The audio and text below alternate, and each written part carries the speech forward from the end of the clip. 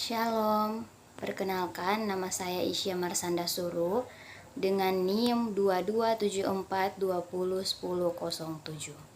Saya mahasiswi semester 1 dari kelas A122 Fakultas Hukum. Di sini saya akan memaparkan makalah saya mengenai ilmu negara. Pengantar.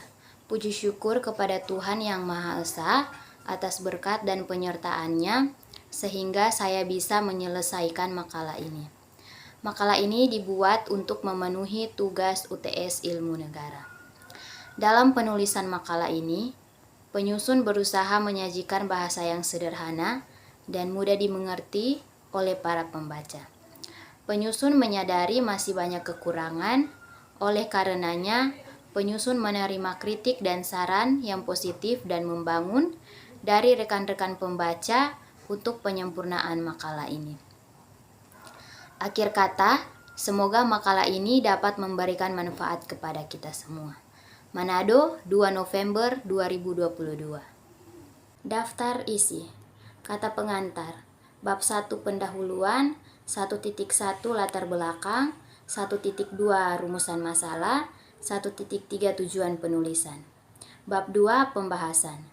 2.1 apa yang dimaksud dengan ilmu negara. 2.2 bagaimana sejarah terbentuknya suatu negara. 2.3 apa saja unsur-unsur negara. 2.4 bagaimana hakikat suatu negara. 2.5 apa saja bentuk-bentuk negara. 2.6 apa tujuan dan fungsi negara.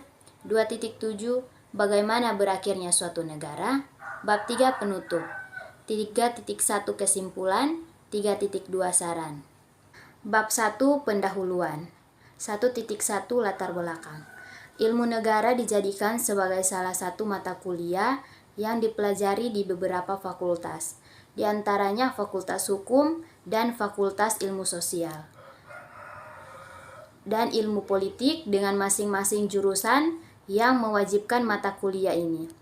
Ilmu negara merupakan mata kuliah penunjang atau bahkan wajib di antara mata kuliah lainnya. Karena ruang lingkup ilmu negara ini sangat luas, di antaranya adalah negara yang mencangkup tentang sejarah, hukum, masyarakat, pemerintah, dan lain sebagainya. Oleh karena itu, kita perlu mengkaji apa-apa saja yang dipelajari dalam ilmu negara ini terkait tentang negara beserta komponennya. 1.2 Rumusan masalah. Pada makalah ini, penulis merumuskan beberapa masalah yang akan dibahas, yaitu 1. Apa yang dimaksud dengan ilmu negara. 2. Bagaimana sejarah terbentuknya negara. 3. Apa saja unsur-unsur negara. 4. Bagaimana hakikat suatu negara. 5. Apa saja bentuk-bentuk negara. 6. Apa tujuan dan fungsi negara. 7. Bagaimana berakhirnya suatu negara. 1.3 Tujuan penulisan. Berdasarkan rumusan masalah di atas, maka salah satu tujuan dari makalah ini antara lain: 1. Untuk mengetahui pengertian ilmu negara. 2. Untuk mengetahui sejarah terbentuknya negara. 3. Untuk mengetahui unsur-unsur negara.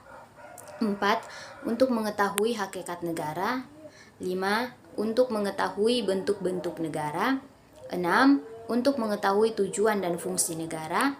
7. Untuk mengetahui bagaimana berakhirnya suatu negara. Bab 2 pembahasan. 2.1 Pengertian ilmu negara. Berdasarkan para ahli Indonesia yang mengartikan ilmu negara memiliki arti yang sangat luas. Berikut beberapa pengertian para ahli mengenai ilmu negara. 1. Ilmu negara menurut Profesor H. Abu Daud Busro S.H. dalam bukunya yang berjudul Ilmu Negara. Ilmu negara adalah ilmu yang menyelidiki pengertian-pengertian pokok daripada negara dan hukum negara pada umumnya. Maksud perkataan pengertian yaitu menitik beratkan kepada suatu pengetahuan, sedangkan maksud daripada sendi adalah menitik beratkan pada suatu asas atau kebenaran, atau hal yang benar. Kedua, ilmu negara menurut Muhammad Kusnaldi S.H.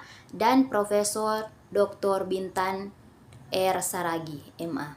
Dalam bukunya yang berjudul Ilmu Negara adalah ilmu pengetahuan yang menyelidiki asas-asas pokok dan pengertian pokok tentang negara dan hukum tata negara.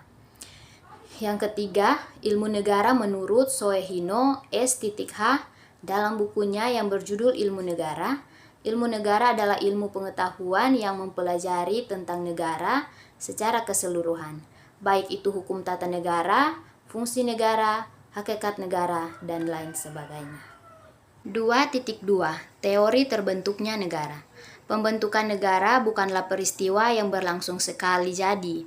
Suatu negara lahir melalui serangkaian proses yang melibatkan bukan hanya satu aspek politik, melainkan banyak aspek lain seperti ekonomi dan sosial. Pembentukan negara memang dapat dikategorikan sebagai peristiwa politik, dan karena itu penjelasannya dapat dimulai berdasarkan analisis politik. Berikut teori mengenai asal mula negara. 1. Teori ketuhanan. Teori ketuhanan atau teori teokrasi pada awalnya banyak dianut oleh sebagian besar ilmuwan politik pada abad ke-18 Masehi. Dengan tokohnya Thomas Aquinas 1225 sampai 1274. Kekuasaan atas negara dan terbentuknya negara adalah karena hak-hak yang dikaruniakan oleh Tuhan. Dalam implementasinya, setiap kebijakan negara senantiasa mengatasnamakan Tuhan, sehingga rakyat harus mematuhi apa yang telah diputuskan pimpinannya karena pemimpin atau raja dianggap sebagai kepanjangan Tuhan. Yang kedua, teori metafisis atau idealistis. Menurut Kant, negara ada, lahir dan terbentuk karena memang seharusnya ada dengan sendirinya.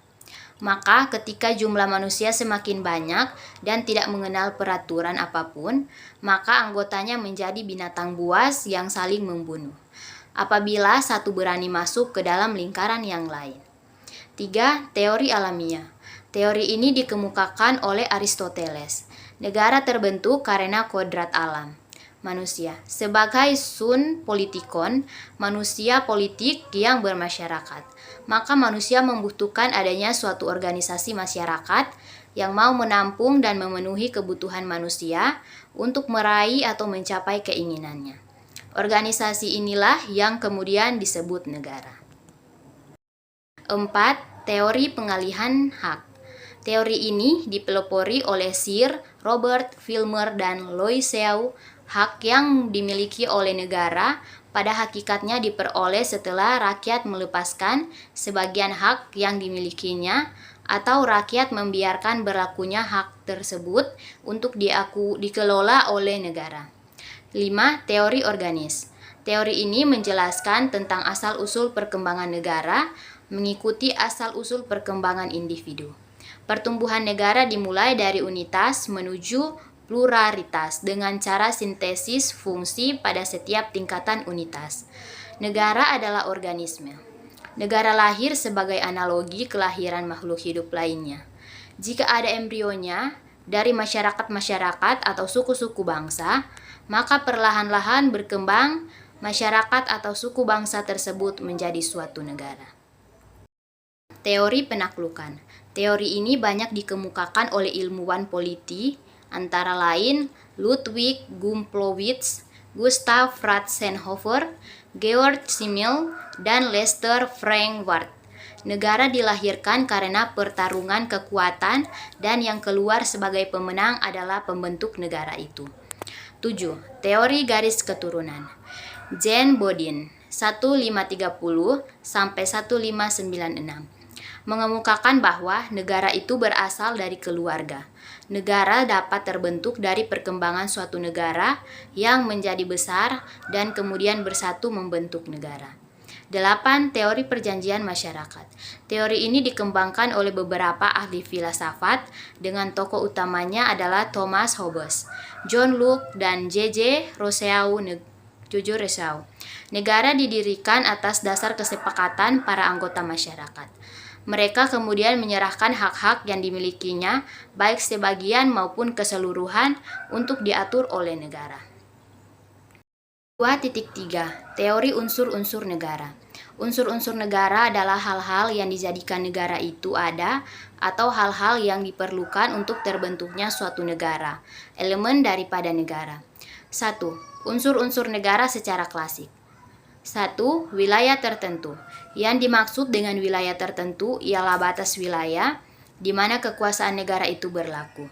Wilayah mempunyai arti luas yang meliputi darat, laut, dan udara. Ketiganya ditentukan oleh perjanjian internasional. 2. Rakyat. Rakyat adalah sekumpulan orang yang hidup di suatu tempat atau negara.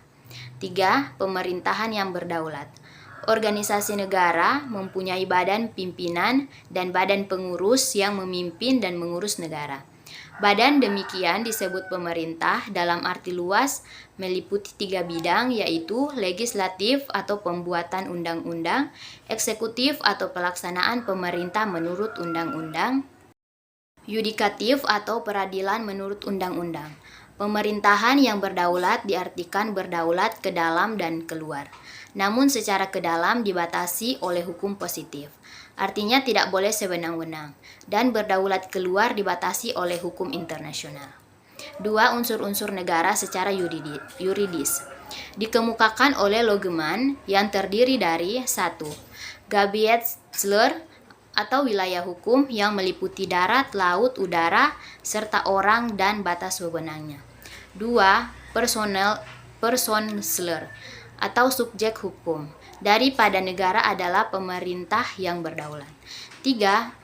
Deliver van de rechtsbredsking atau hubungan hukum adalah hubungan hukum antar pengusaha dan dikuasai, termaksud hubungan hukum keluar dengan negara lainnya secara internasional. 3. Unsur-unsur negara secara sosiologis. Paham ini dikemukakan oleh Rudolf K. Jellin yang melanjutkan ajaran Ratzel dalam bukunya Der Staat als Lebensform.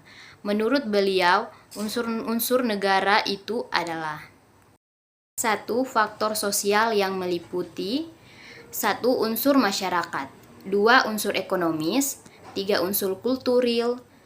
Yang kedua, faktor alam yang meliputi 1. Unsur wilayah, 2. Unsur bangsa.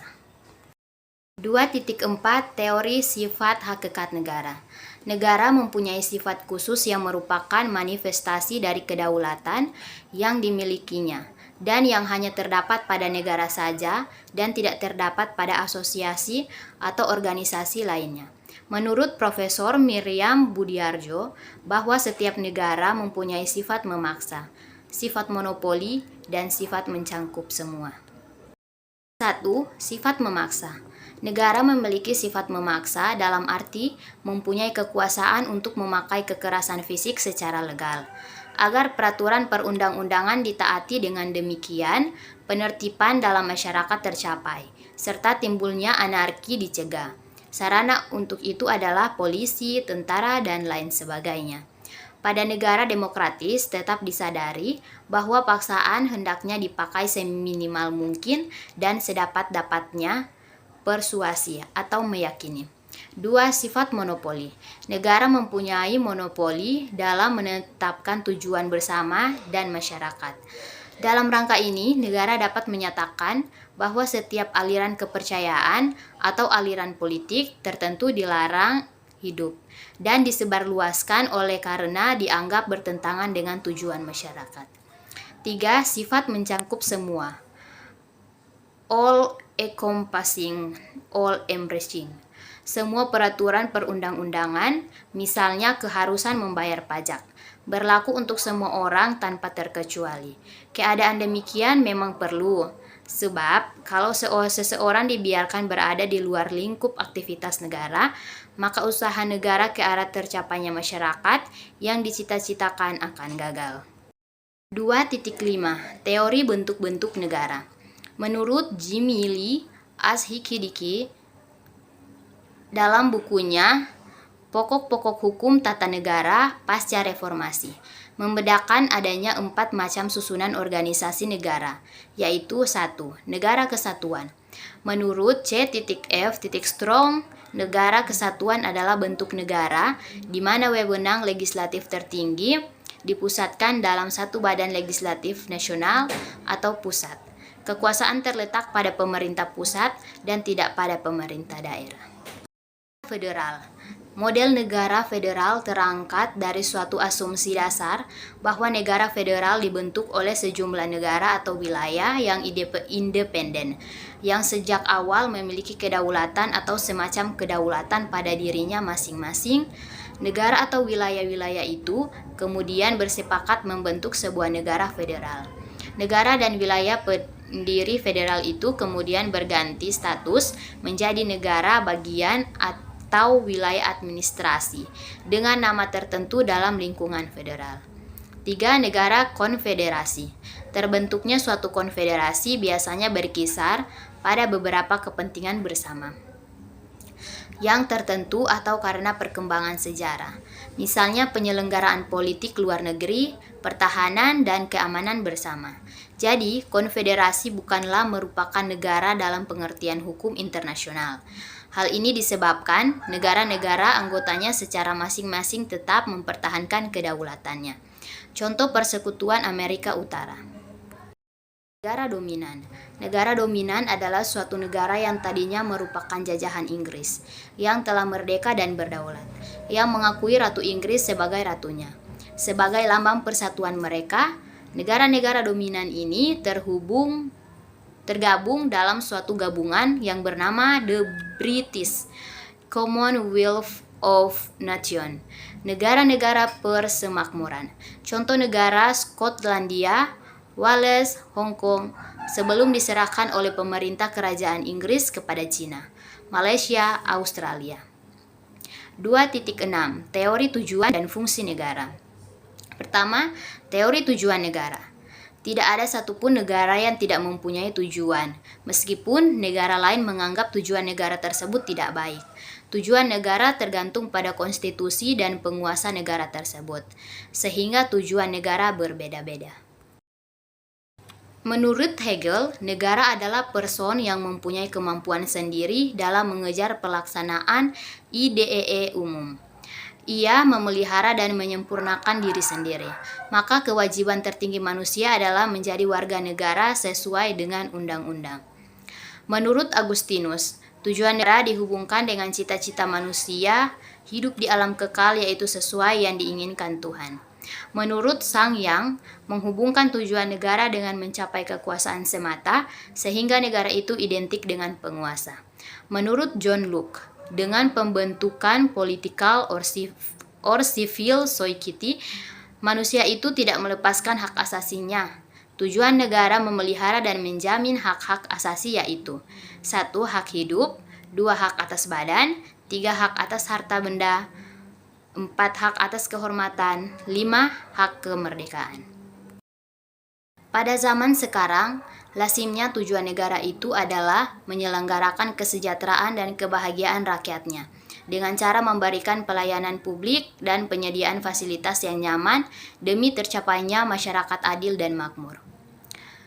2. Teori fungsi negara. Perkembangan dalam praktek ketatanegaraan menunjukkan bahwa fungsi negara selalu berubah, dan sekarang fungsi tersebut dapat diuraikan, yaitu setiap negara terlepas dari ideologinya menyelenggarakan beberapa minuman fungsi yang mutlak perlu, yaitu